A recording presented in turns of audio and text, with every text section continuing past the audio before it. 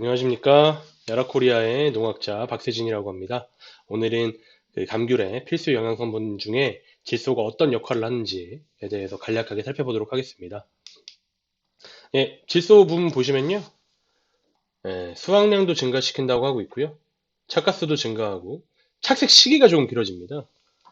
근데 그래서 이제 수확기에는 질소 시비를 많이 피하시는 경향이 있죠. 왜냐면 착색 시기가 착색까지 걸리는데 시간을 길게 만들기 때문이에요. 그래서 과잉한 질소 성분의 시비는 피하셔야 되는 이유가 되고요. 마찬가지로 과피 두께가 두꺼워집니다. 과피 두께가 두꺼워지면 이제 복돋는다고 하죠. 울퉁불퉁한 부지과가 형성되기 쉽기 때문에 착색 시기가 길어지고 과피 두께가 두꺼워지는 것은 저희가 피해야 하고요. 이런 부분은 질소의 과잉 시비를 저희가 피해야 된다라고 생각해 주시면 될 것 같습니다. 그리고 또 산도도 너무 많은 질소는 산도도 높게 합니다. 어차피 나중에 산은 이제 당으로 환원이 되면서 분해가 되기 때문에 그렇게 크게 의미가 없다고 생각하실 수 있겠지만 뭐 아무리 저희가 절수를 하고 날씨가 추워진다고 해도 분명히 당으로 전환되지 않은 산이 존재하기 때문에 과잉한 질소는 산도를 높이기 때문에 품질에 악영향을 끼친다라고 생각해 주시면 될 것 같습니다. 그래서 질소는 이런 역할들이 있다. 다시 한번 말씀을 드리면 수확량을 늘리고요. 착과도 많이 되게 합니다. 하지만 착색 기간이 길어지게 되고요. 과피 두께도 두꺼워지게 됩니다. 그리고 산도도 높아지기 때문에 적량의 질소 시비가 필요하다라고 보실 수 있을 것 같습니다.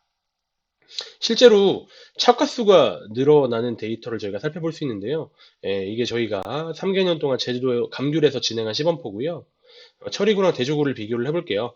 처리구에 아주 고품질의 질소가 들어갔고요. 대조구 쪽은 그냥 일반적인 질소가 들어갔습니다. 아주 고품질의 질소가 들어간 곳을 보면은 나무당 33.8개, 30cm, 30cm의 틀 안에 34개에 가까운 감귤이 착과가 되었고요. 이 대조구 쪽은 29개에 가까운 그 감귤이 착과가 되었습니다. 차이는 지금 거의 한 18% 정도 나네요.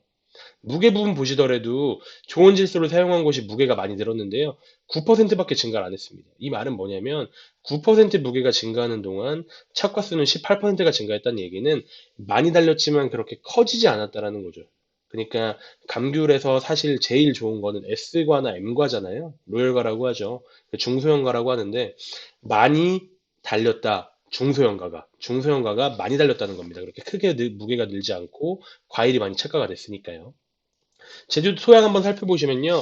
화산토라고 하죠. 뭐 화산해토도 있고 비화산해토도 있지만 기본적으로 농경지의 80% 이상이 화산토기 때문에 토양의 영양성분 유실이 심합니다. 그래서 저희가 이제 퇴비를 많이 하고 삼종복비를 사용하는데요. 사실 삼종복비를 너무 지속적으로 많이 사용하기 때문에 토양이 산성화되거나 이제 염류 집적 현상이 일어나는데요.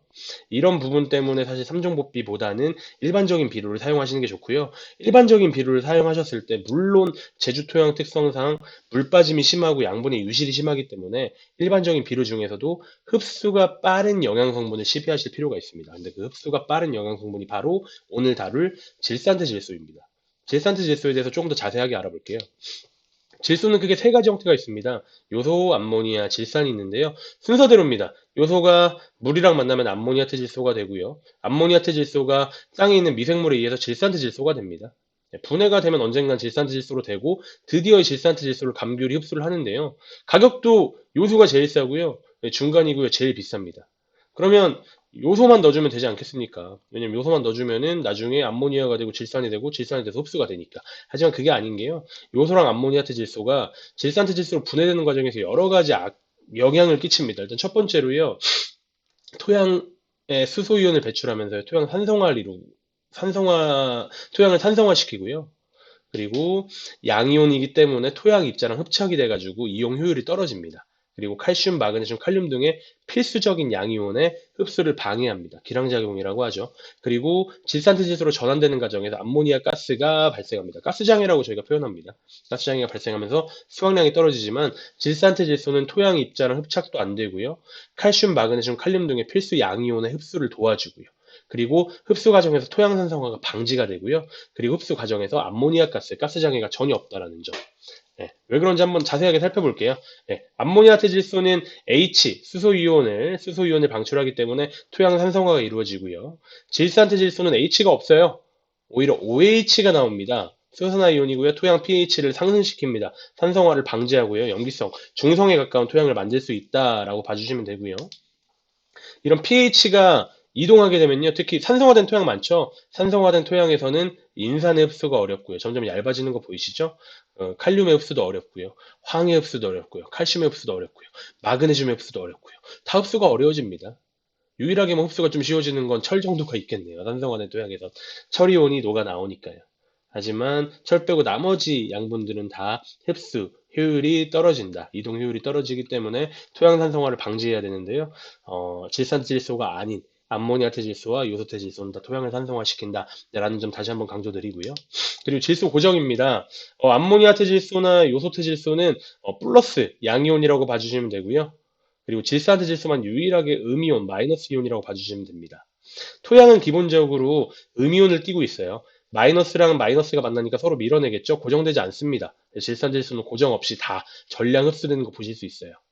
예, 일정한 양, 거의 100에 가까운 양을 유지하죠? 근데 암모니아 태질소나 요소 태질소는 플러스이기 때문에 토양에 달라붙습니다. 실제로 떨어지는 거 보시면요. 거의 뭐 100에서 90까지 10% 정도는 이용하지도 못하고 땅에 달라붙어서 이용도 못한다. 불용화가 된다라고 봐주시면 될 것 같고요. 그리고 양이온의 기량상조작용인데요. 아까도 말씀드렸다시피 암모니아태질소는 양이온 플러스고요. 질산태질소는 음이온 마이너스입니다.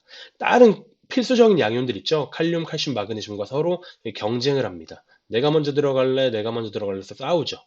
그래서 칼륨이나 칼슘이나 마그네슘이 이용되는 시기에도 상대적으로 흡수가 쉬운 질소가 우선적으로 들어가기 때문에 칼륨, 칼슘, 마그네슘의 이용이 굉장히 어렵습니다. 반면에 질산태질소는 마이너스 음이온이기 때문에 플러스 양이온과 서로 달라붙어서 같이 들어갑니다. 결국에 질소만 바꾸더라도 정확하게 말씀드리면 질산태 질소로만 바꾸더라도 칼륨, 칼슘, 마그네슘 흡수율이 상당 부분 좋아진다라는 점이고요. 그다음에 이제 질소 가스 발생인데요. 뭐 너무 어려운 시까지는 설명드리지 않고요. 결국에 암모니아 태질소가 질산 태질소로 질산화되는 과정에서 암모니아 가스가 발생한다라는 점이고요. 암모니아 가스가